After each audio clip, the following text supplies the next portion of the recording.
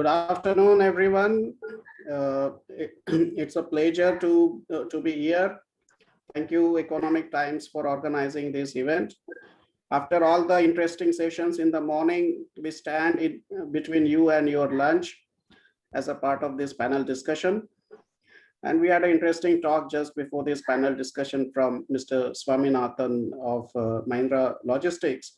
And he did mention about some challenges and way forward for supply chain in the current situation, and he stressed upon supply chain integration in particular. So here we have a very strong and diversified panel. As we know, the global supply chains are never going to be the way they were before the pandemic. And once we come out of the pandemic, it's going to be a slightly different world than what it used to be. In last 1.5 years, all of us, particularly we as supply chain professionals, have seen it all. Starting from demand shock when the pandemic began, followed by the supply shock, prices of many commodities going to the roof, not to mention the nightmares in the demand planning, and unprecedented and unending challenges in the logistics. So we have handled it all. We have learned a lot. Positive side is it has exposed a lot of defenselessness in many supply chains and taught us how to manage the business, the supply chain in the extremely adverse situations. So that's what this panel discussion is about. There are organizations who did extremely well during the pandemic and did their historically best profit as compared to their competitors, whereas some of the organizations struggled and made historically worst losses. So what differentiated organizations who did well versus who could not do so well? Majorly it must be agility and flexibility. So the organizations whose supply chains were agile enough to adopt the fast changes happening in the external environment could did well. And to support that agility, the business processes in those organizations required a lot of flexibility to adopt the to ensure that the agility, the speed is there in the changes. So we have a very diversified panel. The panel members were introduced before we came in, so I won't repeat the introduction, but the panel is very strong with stalwarts from the industry. So we have representation from the alcohol beverage industry. We have strong representation from the pharma industry. We have representation from the logistics industry, from the consultancy side, who normally cut across all the industries and have exposure to many industries. And then we have representation from the FMCG industry as well. So it looks like this is going to be exciting discussion. So let us start straight away. So maybe we can start with Mr. P. Sriram, who is the Executive Vice President of Pernod Ricard, India. We know the alcohol brands like Chivas Regal, Absolute Vodka, and many others, which Mr. Sriram handles the supply chain of all these brands. So Mr. Sriram, we would like to understand how did you or your organization ensure quality and cost related factors while driving agility and flexibility in the alcohol beverage business? Mr. Sriram. Thank you, Mahesh, for the introduction, and good afternoon to all the viewers. Yeah, cost and quality is extremely important in any industry, be it FMCG or be it any other automobile, any industry. But it is more so relevant in alcohol industry. I will tell you the reasons why. The traditional FMCG industry operates with the model of economies of scale, a huge factory in one location, supplying to multiple rate areas, multiple SKUs, and the only difference in cost would be the transportation cost. Whereas the alcohol industry is slightly different from these industries, as the taxation is a state subject. So we need to have factories at different states so that we supply at optimum cost, because getting from one state to another will entitle large cost.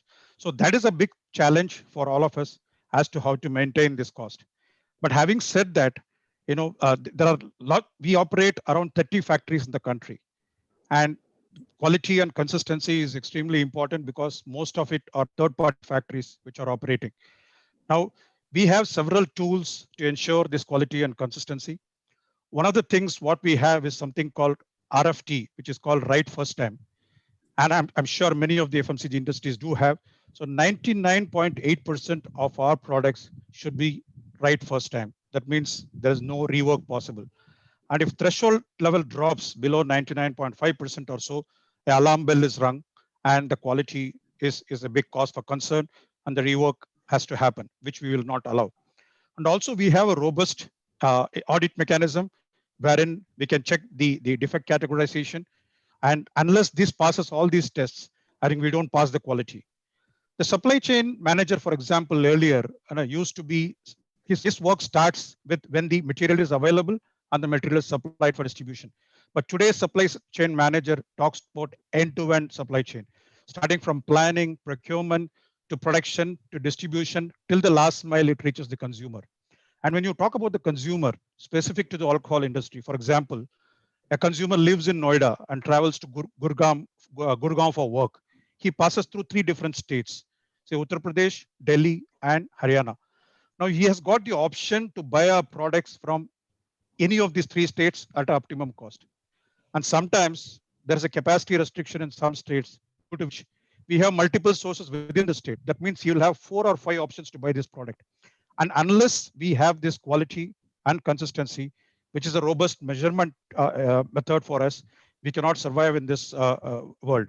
So the supply chain, in fact, starts from the production and goes up to the network, distribution, and optimum. Of course, when you talk about the distribution network, you also ensure transportation and breakages, and all this needs to be ensured. So it's a robust mechanism of as to how to maintain the quality and consistency across.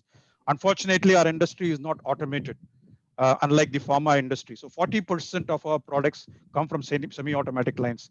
And hence, the measurement of various tools, right first time, the defect categorization, are all very important to ensure quality and consistency.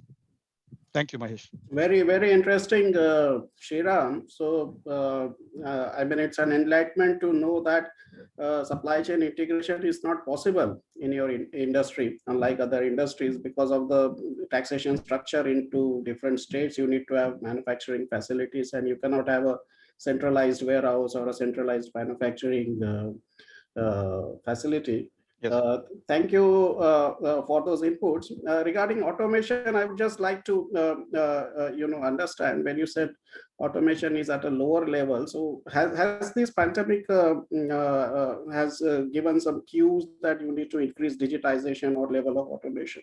Absolutely. I think this has taught us a lot of things, and we are in the digitization mode after this pandemic, because the levels of automation across needs to go up.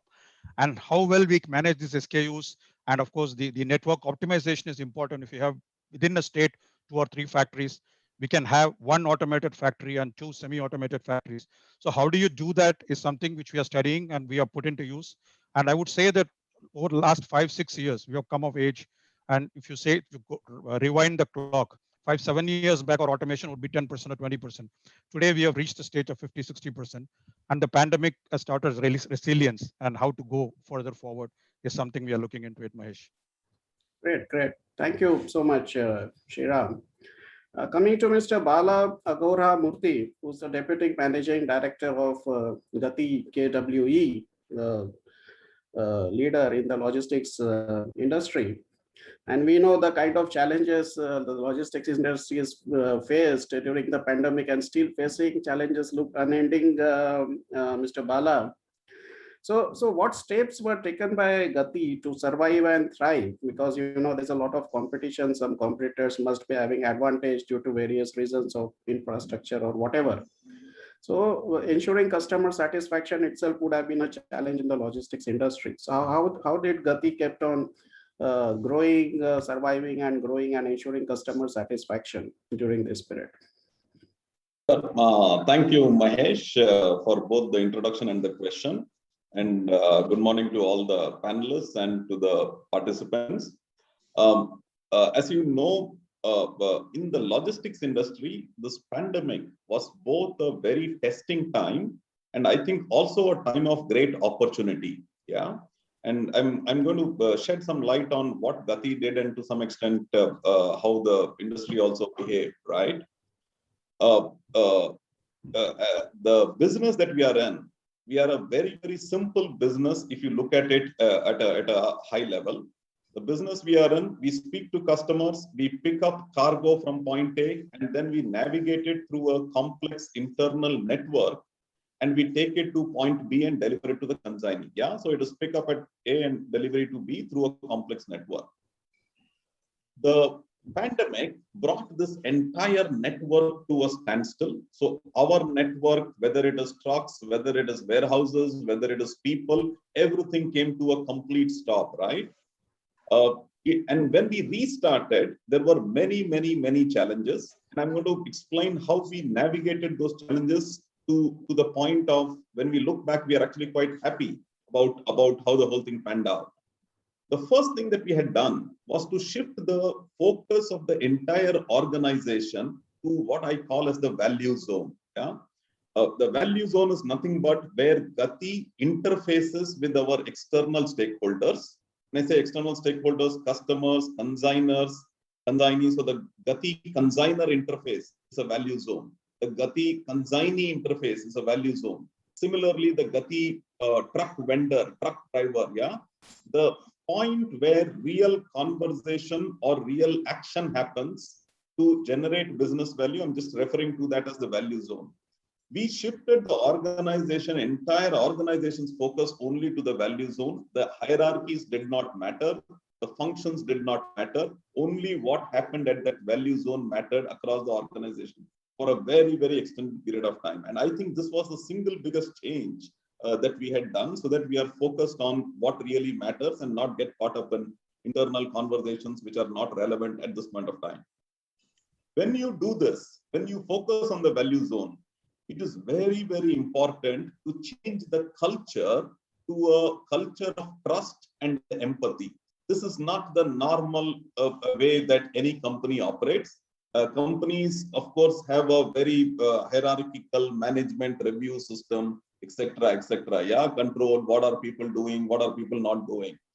In this value zone concept, we completely changed the culture to trusting that last man or woman at that interface in the value zone, and to come to their support, whatever support is required. So the organization flipped to trust and empathy. The empathy was a very, very key word here. Remember, the people who were engaged at the interface were in some ways risking themselves, their own health in the context of the pandemic.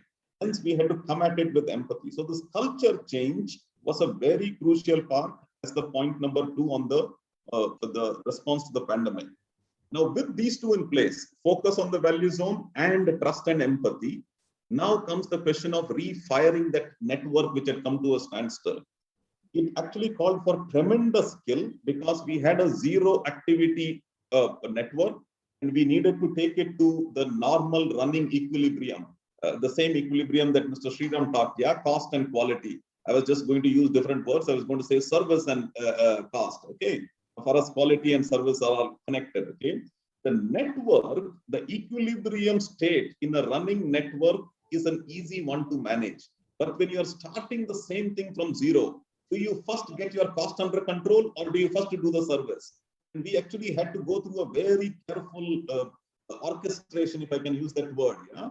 Orchestration with various stakeholders. So our customers had to be kept informed, vendors had to be kept informed, the handlers, very, very crucial skill force for us, they had to be kept informed. So the orchestration of all stakeholders to refire the network to a running equilibrium state, step by step, and it was typically an alternating thing. First week we would say, okay, focus on service. Next week would be cost. Third week would again be service. Fourth week would be cost. By doing this in an alternate step-by-step manner, you go from the zero state to the equilibrium state. Yeah.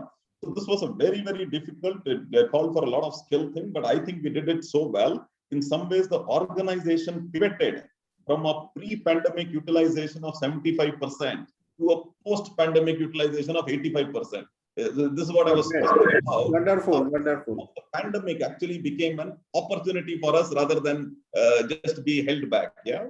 The last thing, of course, because so many things had changed, whether it was culture, network, service cost, etc.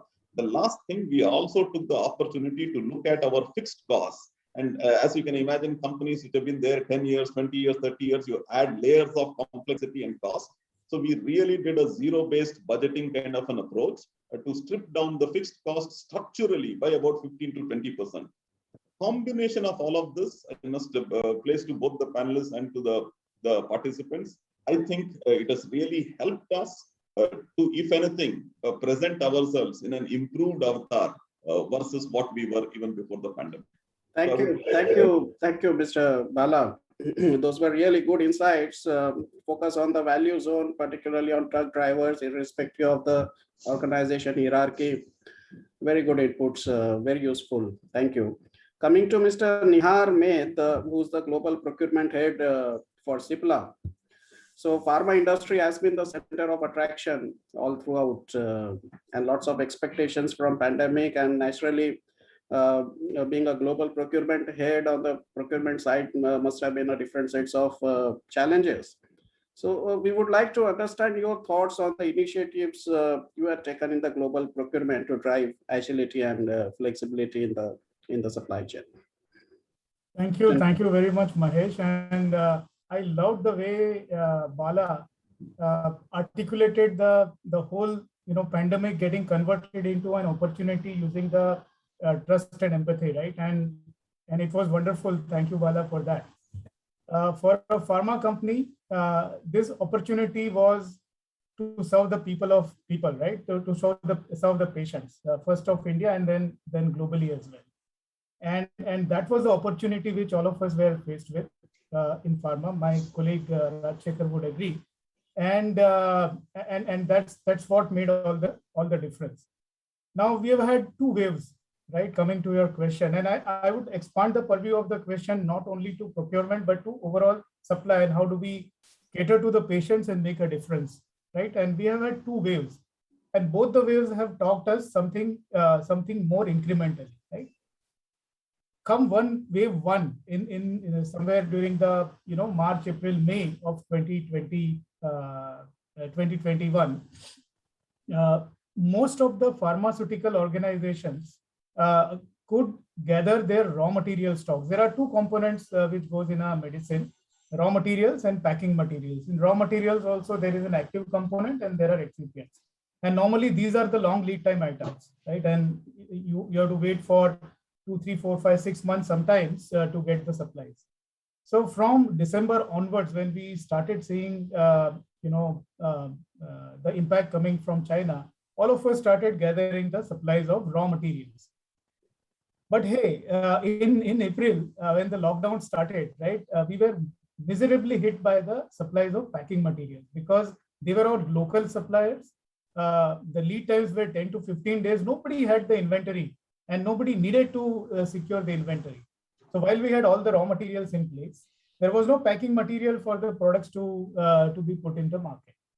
And hence, the factor of resilience came into play, that how can, then when the rules started becoming a little bit clearer, the units, packaging units or ancillary units started opening up. And we started into a mode of vendor managed inventory where we used to give a view of what is needed to run the factory today to the vendor, so that for the next 3-4 days, the vendor can manufacture what is needed. And the whole collaborative effort of the supplies came into play. And many of the companies have put a formal model in place now. And that is the benefit of this situation which came up. Wave number 2, right, had all of this in place, right? There was no issue of the units getting shut down. But then the issue of scale-ups came in. Just to give you an idea, in wave 1, the total requirement of remdesivir for India was somewhere around 15-20 lakh vials in a month, right? And there were 3 or 4 suppliers. In wave number 2, that requirement shot up to 1.5 crore vials a month. So imagine the scale up, right? It is a 20 times scale up which was needed. And all of this was needed in a matter of less than a month. Now, how do you do that? Because if you need to have the raw materials, packing materials, you have to manufacture. you need to have manufacturing capacity, right?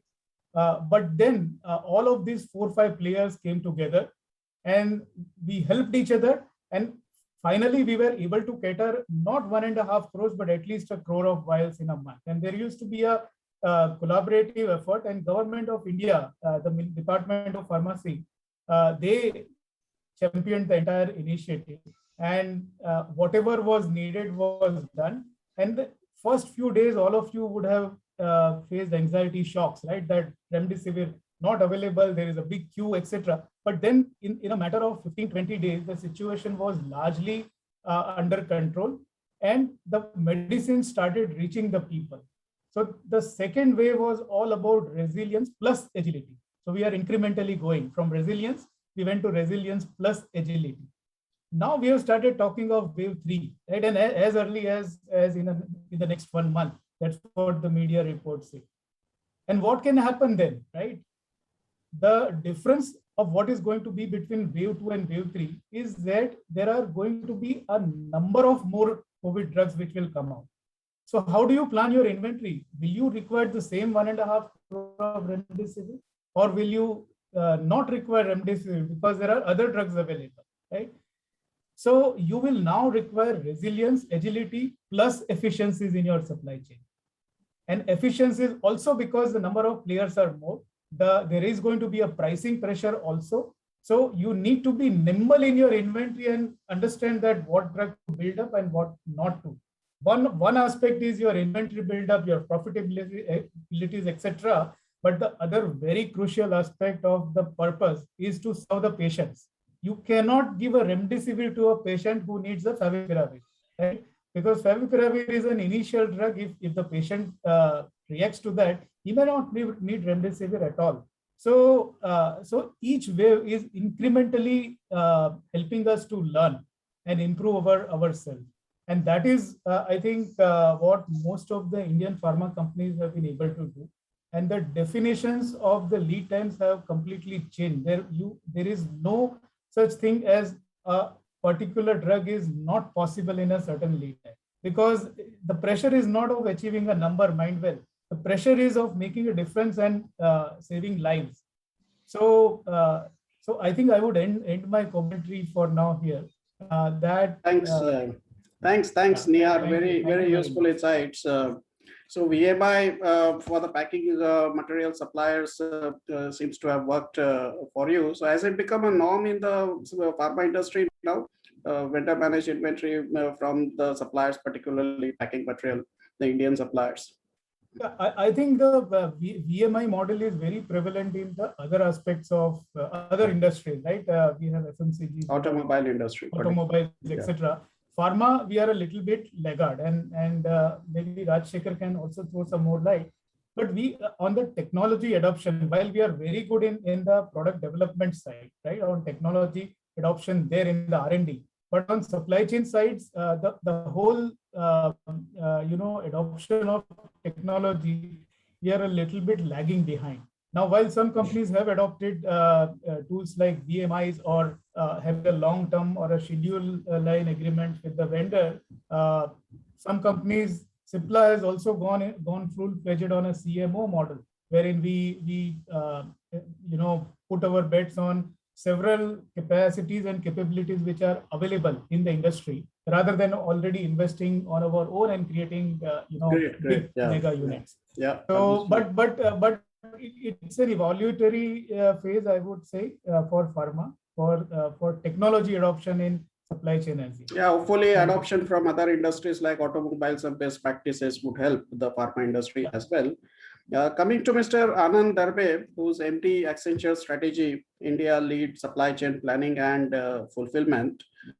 So any consultancy organization gets an opportunity and exposure to various industries. They cut across the industries, work with many industries, and see good and bad amongst many industries. So Mr. Anand, any specific observations on the general as well as extraordinary measures taken by any industry to have a record growth during the crisis and even beyond that? Yes, good afternoon, Mahesh. Good afternoon to all the panelists and the participants. I think clearly, I pick on what Bala said, correct? The last 12 to 15 months really have presented challenges, but it's also a phase of unprecedented opportunities that we are seeing across multiple industries, correct? Supply chain traditionally was viewed as drivers of efficiency and scale, and now over the last few years, clearly it has become an integral part of being a growth driver, and a source of true customer satisfaction and differentiation. And that is really playing out as we see things unfolding across industries. So it also, the last 15 months also exposed, the gaps that organizations have in achieving that agility and flexibility. And what were some of those capabilities that we saw? And again, this we saw pretty much across many of the industries was one, I think, getting a good end-to-end visibility, correct? Not only internally to what was happening across the functions, which planning, manufacturing, fulfillment, procurement, what's really happening at every given point in time, but also with external partners, with our 3PL suppliers, how much is inventory lying there, what's the status of delivery, if our suppliers are located in a particular geography which is vulnerable to the risks, how do we get advanced information and intimation of that, and really identify what are the alternate scenarios we need to plan for. The second was really the whole horizon and granularity at which we plan, and the integration with execution, I think, has fundamentally changed. We had our monthly cycles of planning, and we used to operate in a particular gear. We have now completely moved from a month to a week to a day, and the whole horizon has sort of become so granular, that it is this has become the new norm of how we are looking at things and how we are planning. And also the greater integration with execution. I mean, it's not only to plan dispatches, you need to see daily how the truckloads are building up, dispatches are happening, what does it signal it gives for replanning. I think the third is the whole scenario planning and what if capabilities. I think a lot of it played out in terms of what if the supplier goes off stream, what if the capacities are down, what do we do, how do we respond, and what do we need to do to manage multiple scenarios. And the last was obviously ability to zoom in and zoom out. I mean, you were operating at multiple horizons. In the first few months, it was more about the here and now, the next few weeks, the next months, in terms of getting the supplies and managing the show, like Niyar mentioned, just sustaining the whole processes and supply. But now it's also about looking at how zoom out and looking at the whole network to see where are the points of vulnerability and risks that we have seen the last 15 months have exposed, and what do we need to do fundamentally.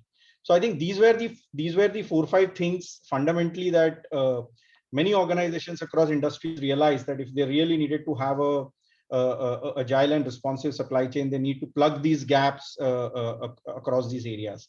Absolutely, What were some of the initiatives very quickly we saw organizations taking? I think one was clearly micro segmentation. I think the first point is really to understand deeply about, from your customer's perspective, what is really their requirements and needs. We are seeing in life sciences initiatives of companies launching Doctor 360 to really understand and profile their customers and requirements very clearly.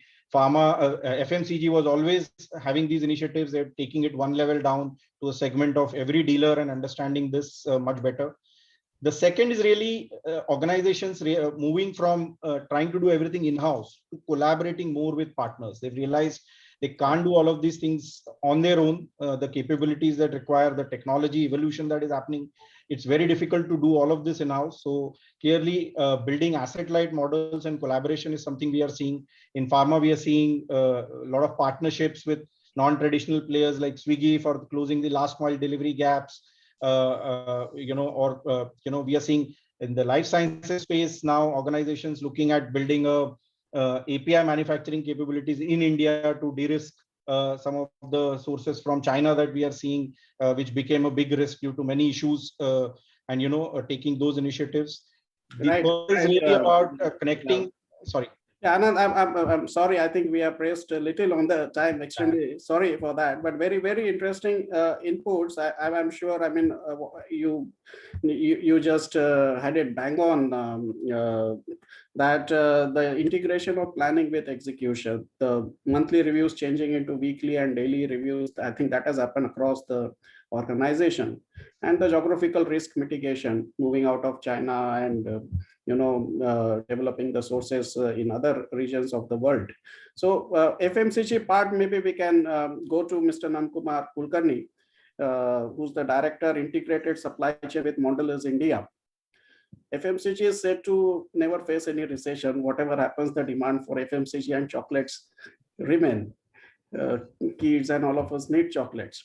So, so we would like to understand, Mr. Kulkarni, any change, any disruption this particular pandemic has brought into in your industry or in your organization from the demand side or from any of the supply chain aspects? Absolutely. I think first and foremost, a very good afternoon to everyone. And I just hope and wish everyone is doing well, staying safe for you, for the family members. And Mahesh, what you said, that is also a truth in some sense, but also a challenge in many ways. And before going straightway into the answering the question, maybe a little bit of perspective or background to it. Like if we say supply chains for say FMCG, CPG, or any other industry, I think they are not disruptions are not new to them. And so we have seen many disruptions over the years, be it challenges which were thrown out of GST regime, be it demonetization related challenges, or some or other challenge, maybe because of some natural disasters, some internal turmoils, etc. So FMCG supply chains go through this type of challenges every now and then. But what pandemic has done differently, I mean, if we see the sheer scale and duration of the disruption is humongous. And that's why it is being called a very rare, once in a lifetime kind of a black swan event. So obviously disruption has disrupted the supply chain, but what I can say, it has built a lot of good thinking and thought process around the new normal, knowing that this will not be a last mega disruption. There may be other disruption, maybe more challenging disruptions around the corner. So how we can really build a different supply chain which will emerge stronger and will be ready for future. That's the thinking. That's the process, or that's the strategy we have adopted in Mondelez. And we found out that there are some fundamental things which, irrespective of industry, can really help you not just to plan and leverage a short-term gains, but also stay competitive in a long term. So few of the elements I will just touch upon, just to give a fair idea. I think first point, and many of my colleagues also spoke about it, is a consumer centricity. We have seen that in a short time, how the consumer can evolve rapidly. The whole channel mix, like when the modern trade or organized retail was disrupted, how the consumer moved to the traditional trade, how the e-commerce has become a truth of exponential growth. And then the organizations or supply chain who are able to identify this consumer centricity and respond effectively. Are your supply chains designed to respond to this channel mix efficiently and in a short time? And to a large extent, because we had a resilient supply chain, we could respond to these emerging trends and get best out of this pandemic. So that consumer centricity is the first mega thing, what I can say. I think second thing is around the resilient supply chain. And when I talk about the resilient, it's not just about delivering product or serving to the consumer or churning out new products, new initiatives, etc. Resilience of systems is also equally important. For a big organizations, global organization, internal processes becomes a bottleneck in creating resilience. So is there agility in the processes? Is there resilience in the management approach, which can really help to build a collaborative approach, not just within your organization, but in the entire supply ecosystem? When you talk about creating a synchronous supply chain, end-to-end supply chain across source plan, make, deliver element. So agility and resilience is another big thing. Great, Nandakumar. Thanks. So, I mean, moving the demand and supply from organized retail to traditional to e-commerce, and then when the situation goes normal again, back to organized retail supermarkets, that's quite a challenge. Thank you very much for that. Coming to Mr. Rajshekhar Reddy, who's Vice President, Global Demand Planning and Logistics, Glenmark Pharmaceuticals. Demand planning must have been a nightmare, Mr. Reddy. So let's hear from you. Well, nightmare is for normal days, right? This is something which is far beyond that. Well, it's crazy times, right? I think I'll summarize in 2 sentences in a way, and I'll elaborate a little bit what I mean, right? Everything that we knew of in supply chain had to be cut short. Okay, the length of the supply chain, starting from the demand to the procurement. We did not have those lead times, the luxury of planning, luxury of monthly cycles, as what Anand has mentioned, the luxury of distances with the suppliers, where we could tell them, okay, you can bring the product by sea, we can send it by sea, stuff like that. That had to be crashed. Okay, the length of the change, what we had to do in the supply chains, also had to be compressed. For example, if you went back 1.5 years and everybody talked about very strong processes, systems, controls, governance, any change took time to happen, right? But what this has done is all that was thrown out of the window, right? Changes had to happen fast in terms of process, in terms of how you reacted, in terms of how you met the customer, patient's needs, right? So those 2 things on both the axes have been cut short significantly. A couple of examples, what I would say, right? Today, nobody can talk about my supplier's lead time is 3 months, 4 months, as Nihar had mentioned. Okay, you have to find a way to react. No choice on this one, right? On the other hand, when you had, we could not go back and say, well, demand is given like this, so we will plan accordingly. Next week, things change. Well, I'm still working on last week's demand. That's not possible. So we had to crunch time. So what we had done in the organization, obviously keeping everything the bottom line stable, like what Sriram and Bala have referred to, in terms of quality and cost are paramount, they cannot be compromised.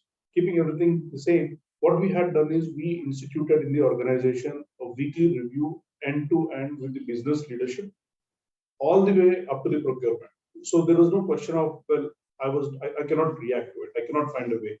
There's no choice. You have to find a way. Everybody knew, understood, and this was able to, we could inculcate this very strongly in the organization because of the trust we had created. How did the trust come along? At the beginning of the crisis, right, at the end of March 2020, everything was shut overnight with a few hours of notice. Nobody knew what the rules were. Nobody knew what the facilities which were allowed to be run, right? We had to run to the district collectors, get approvals, but district collectors did not know whether they were authorized or not. But we still had to find a way. There's just an example what Bala might appreciate is we actually helped the truck drivers who had to travel get food from our canteens, pre-packed food, so that they can take it along the route and eat till it reach their destination. That was important for us, and that along with being able to provide food grains to the factories, to the staff in the factories, where outside general stores were shut, the kirana stores were shut, everything was shut, and they did not know, right?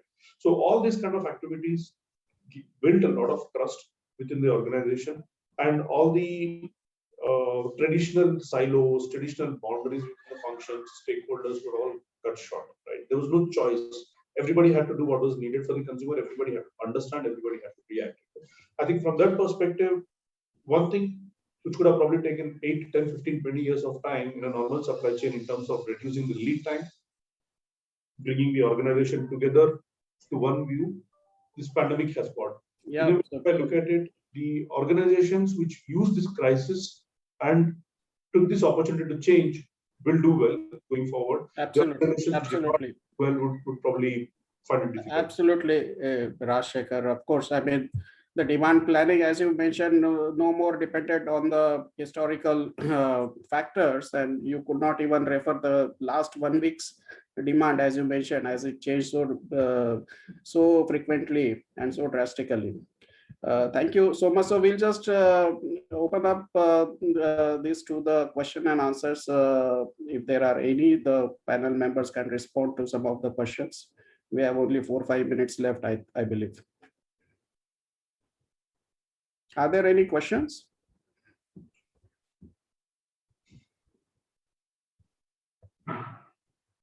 Not as yet, sir. Okay, so if there are no questions and we have some 3 or 4 minutes left, maybe we can have just a quick round wherein, you know,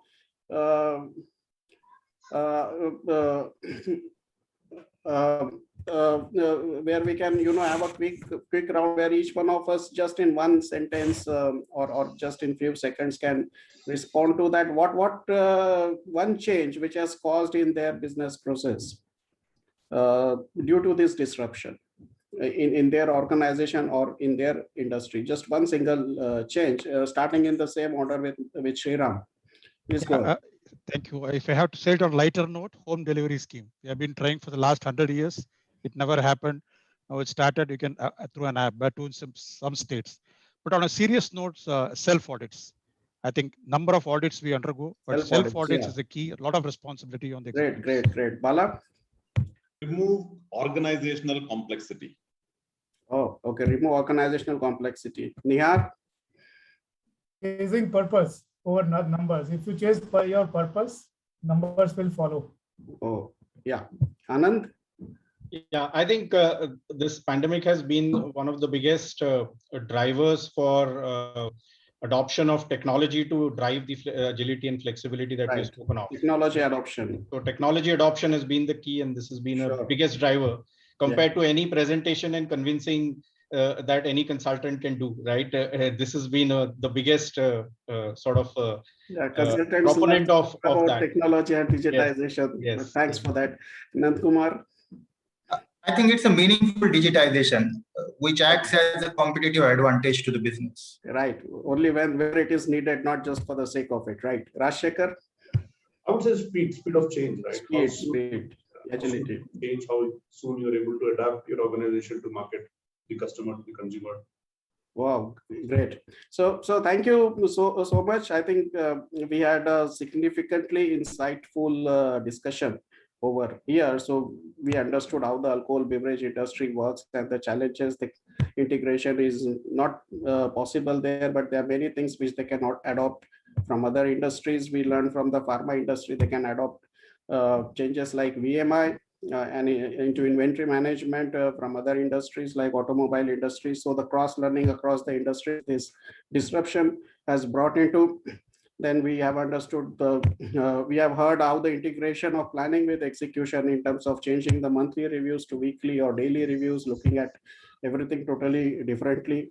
In FMCG, we have heard what are the challenges in demand planning. We have heard the historical data as far as demand is concerned is no more relevant and you have to innovate.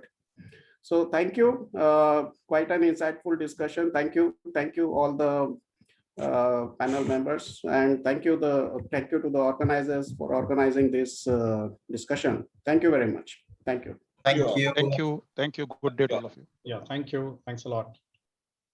Thank you very much indeed to all of our panelists. Drive to thrive, that being the underlying theme of the discussion. And I think we managed to gather all the insights through this lucid discussion. So I'd like to thank all of our panelists for joining us this morning. And thank you as well to our fabulous session moderator, Mr. Mahesh Khaitan, for beautifully moderating and spearheading this session. Thank you once again, gentlemen. All right, with that, what we're going to do now is move forward. Well, after gathering all those thoughts around this pertinent topic, let's now march forward, in fact, with regard to our next topic, because we're talking about building competitive advantage with supply chain digitization. And to share thoughts on this, we have with us Anjani Mandal, CEO, TruckNet Digital. So stay with us, and in just a couple of seconds, we'll bring on board our next speaker, Anjani Mandal, to share thoughts around building competitive advantage with supply chain digitization. Now, before we do that, we also have an interesting video also coming across in this particular presentation. So let's look forward to all that and more.